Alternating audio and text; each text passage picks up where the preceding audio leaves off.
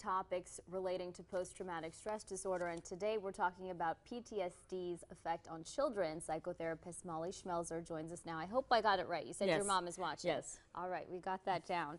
Well, all month we've been talking about PTSD in adults, but we really want to talk about the events that can cause PTSD in children because we don't often think of that. Right. Children can suffer from PTSD the same way as adults. What's most likely to cause that is going to be some sort of abuse or neglect, witnessing or experiencing violence, or a natural disaster.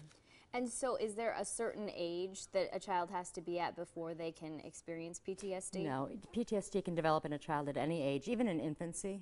So we need to be very aware of what the children are experiencing. So what kinds of things should parents be looking for? One of the biggest problems with PTSD in children is that it's often misdiagnosed as ADHD, bipolar disorder, or even conduct disorders because some of the symptoms can be similar. With children, you're going to be looking at behavior changes, acting out. You're going to be looking for things like impulsivity and aggression, difficulty bonding with the parents if they're very young, self-harm in some of the older children, drug abuse, alcohol abuse, and then some of the more common fear, sadness, depression. Now, I'm sure when treating PTSD in children, the method is a little different than you would treat an adult.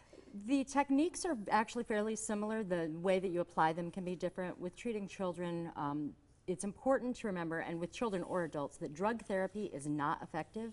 All that will do is mask the symptoms and actually end up making things worse if the PTSD isn't treated.